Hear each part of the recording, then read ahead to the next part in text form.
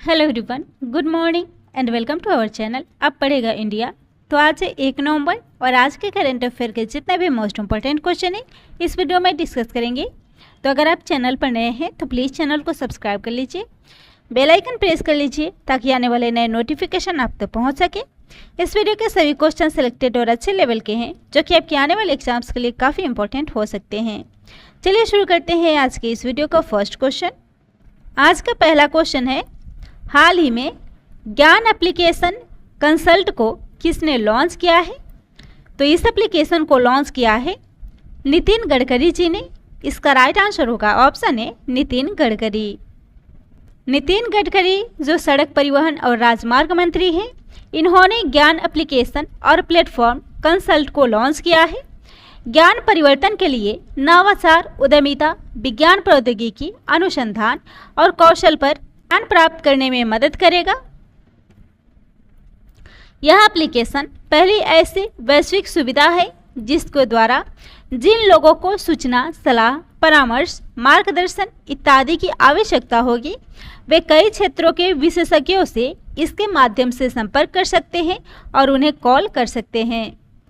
इस क्वेश्चन में बात हो रही है एप्लीकेशन कंसल्ट की। इसके अलावा हाल ही में कुछ और एप्लीकेशन और योजनाओं को लॉन्च किया गया है, इन्हें भी देख लेते हैं। अमित शाह, जिन्होंने हाल ही में उत्तर प्रदेश के कौशाम्बी जिले में मोदी वैन को लॉन्च किया है।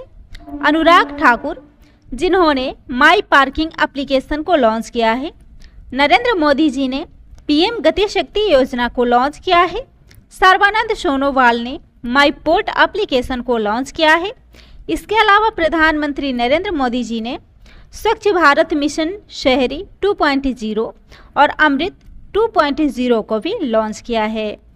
अगला क्वेश्चन है, हाल ही में राष्ट्रीय एकता दिवस कब मनाया गया है? तो इस दिवस को मनाया गया है 31 अक्टूबर को। इसका राइट आंसर होगा ऑप्शन डी 31 अक्टूबर। इसके अलावा 31 अक्टूबर को विश्व बचत दिवस भी मनाया जाता है।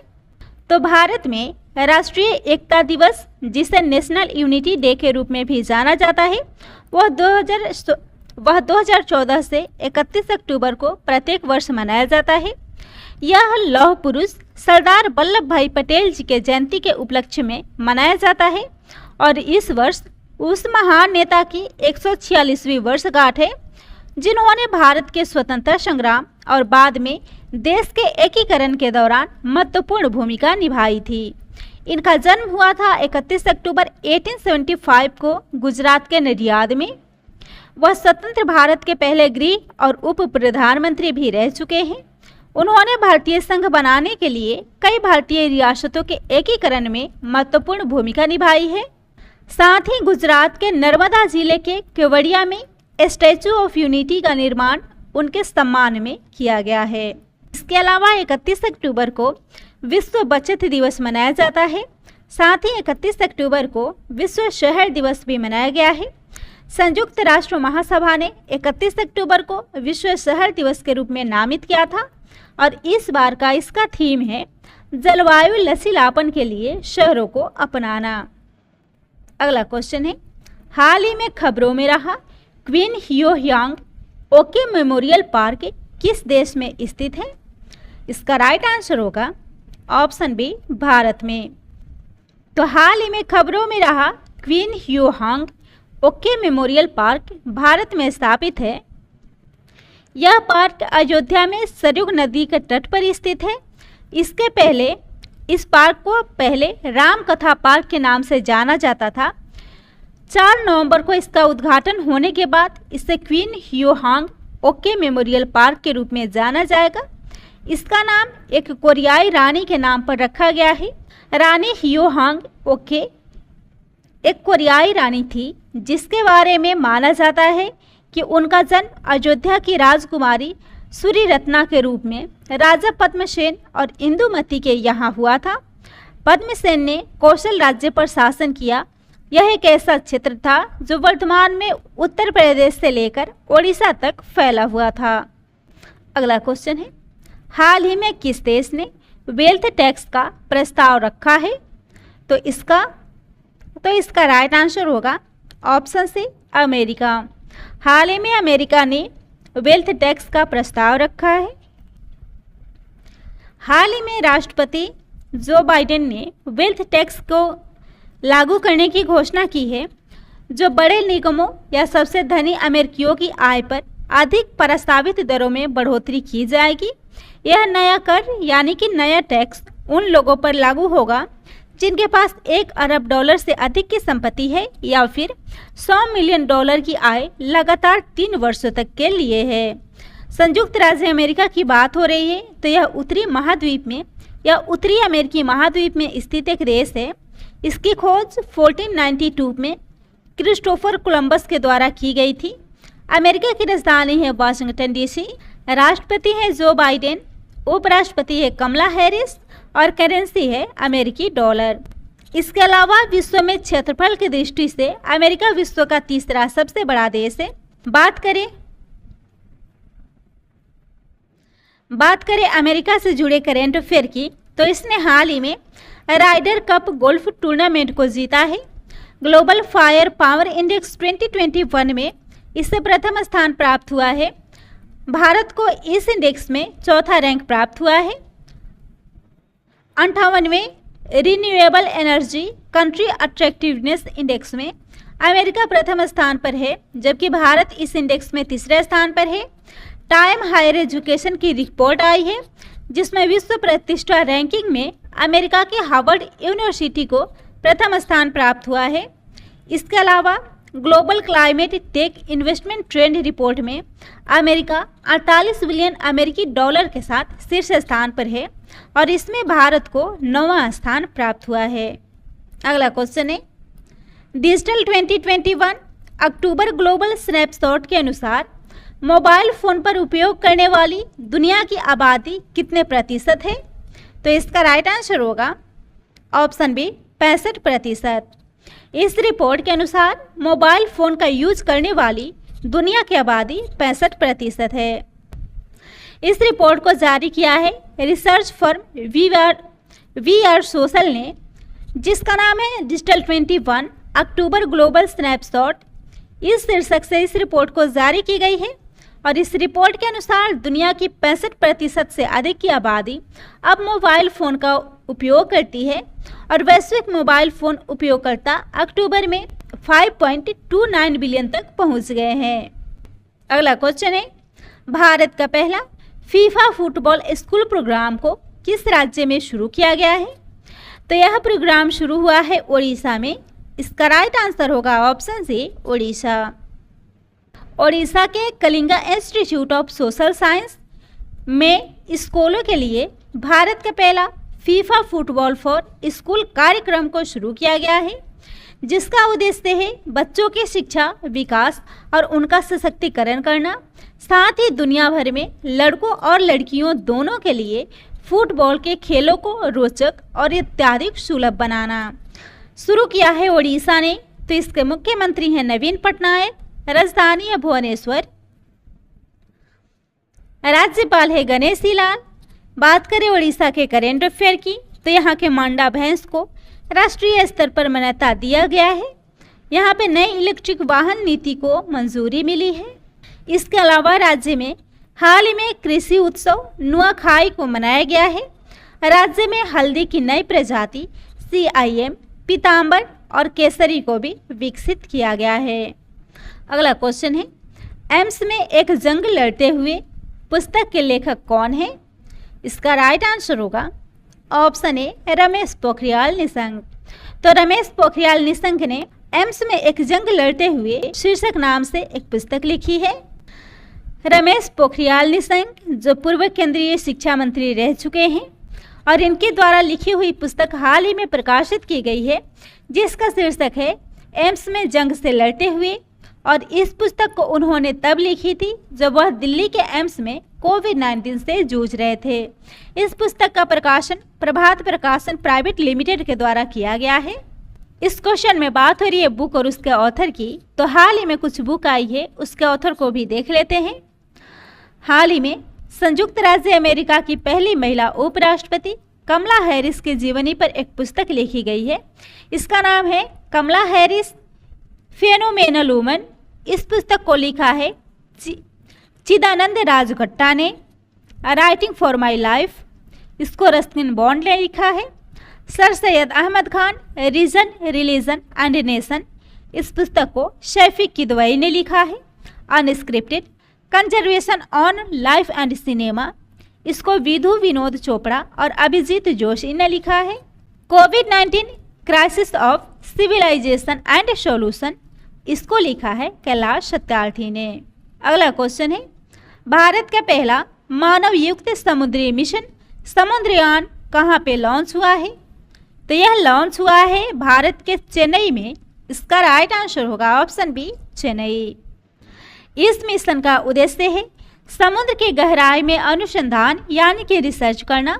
इस मिशन की शुरुआत करते ही भारत अब उन देशों की सूची में शामिल हो गया है जो समुद्र पर अध्ययन और अनुसंधान में जुटे हैं।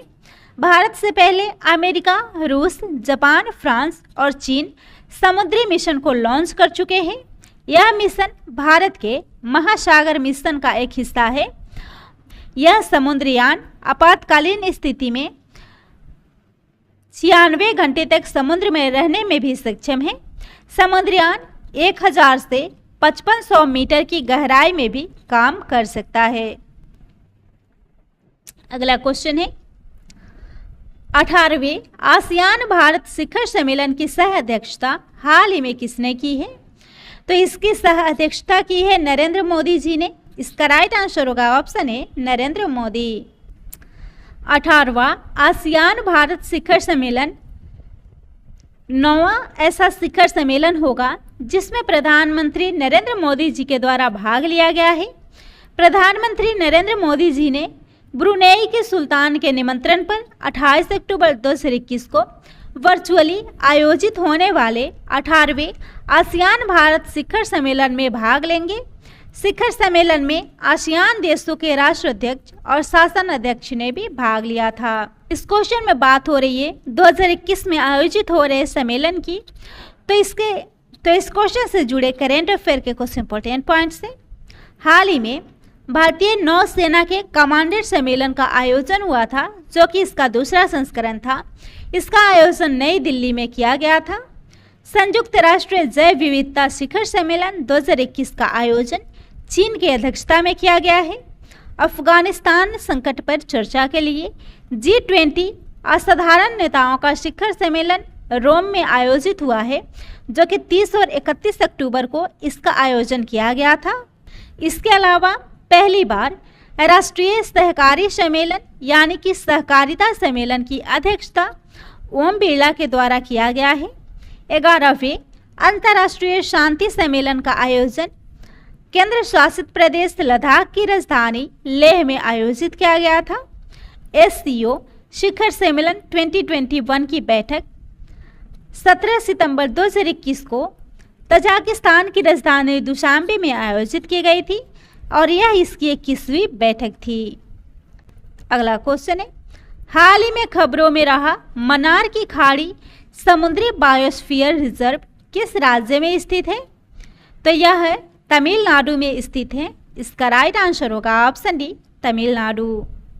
मन्नार की खाड़ी समुद्री बायोस्फीयर रिजर्व द्वीपों की एक श्रृंखला है जो तमिलनाडु के तटों से सटा हुआ है और यह हाल ही में खबरों में था क्योंकि आर्कटिक से पक्षियों का वार्षिक प्रवास मन्नार समुद्री बायोस्फीयर रिजर्व की खाड़ी में हाल ही में शुरू हुआ है। यह श्रीलंका के पश्चिमी तट और भारत के दक्षिण पूर्वी सिरे के बीच कोरोमंडल तट क्षेत्र में स्थित है। एडम्स ब्रिज यानी कि राम सेतु के नाम से जाने जाने वाले निचले द्वीपों और चट्टानों की श्रृंखला जिसमें मन्नार द्वीप शामिल है, मन्नार की खाड़ी को पाक खाड़ी से अलग करती है और यह श्रीलंका और भारत के बीच उत्तर में स्थित है। अगला क्वेश्चन है, हाल ही में सुप्रीम कोर्ट ने किस राज्य में मूसलाधार बारिश के बीच मुल्ला पेरियार बांध में बनाए जा सकने वाले अधिकतम जल स्तर पर पर्यवेक्षी समिति को तत्काल और दृढ़ निर्णय लेने का निर्देश दिया है? इसका राइट आंसर होगा ऑप्शन सी, केरल। तो यह मुल्ला पेरियार बांध केरल में स्थित है, जहां पे बनाए जा रहे बांध के लिए पर्यवेक्षी समिति को तत्काल और दृढ़ निर्णय लेने का निर्देश सुप्रीम कोर्ट के द्वारा दिया गया है।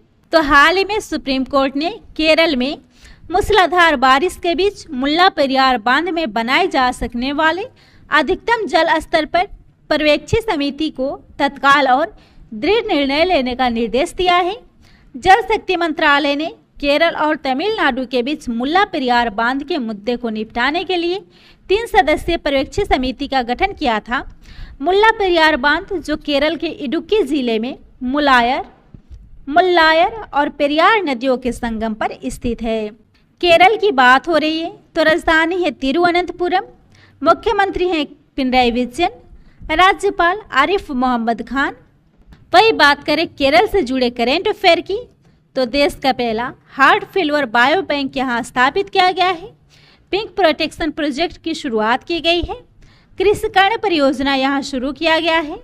गर्भवती महिलाओं के लिए कोविड-19 टीकाकरण अभियान मातृ कौसुंबी यहाँ शुरू हुआ है। कोविड-19 मृत्यु सूचना पोर्टल यहाँ पे लॉन्च हुआ है और मछली विक्रेताओं के लिए निःशुल्क बस सेवा भी शुरू की गई है। एडियोर मिर्च और कुट्टी अटूर आम को जीआई टैग मिला है। परमिम्बकुलम टाइगर कंजर्वेशन फाउंडेशन ने हाल ही में अर्थ हीरोज अवार्ड 2021 के खिताब को जीता है। अगला क्वेश्चन है, हाल ही में भारतीय वैज्ञानिकों ने कार्बन डाइऑक्साइड को किस गैस में परिवर्तित करने के लिए एक प्रकाश रासायनिक विधि या प्रकाश उत्प्रेरक विकसित किया है? इसका राइट आंसर होगा ऑप्शन ए मीथेन को। तो कार्बन डाइऑक्साइड को मीथेन में परिवर्तित करने के लिए वैज्ञानिकों के द्वारा प्रकाश रासायनिक विधि को विकसित किया गया है। यह प्रकाश रासायनिक विधि प्रकाश के रूप में ऊर्जा के अवशोषण द्वारा शुरू की जाने वाली एक रासायनिक अभिक्रिया है।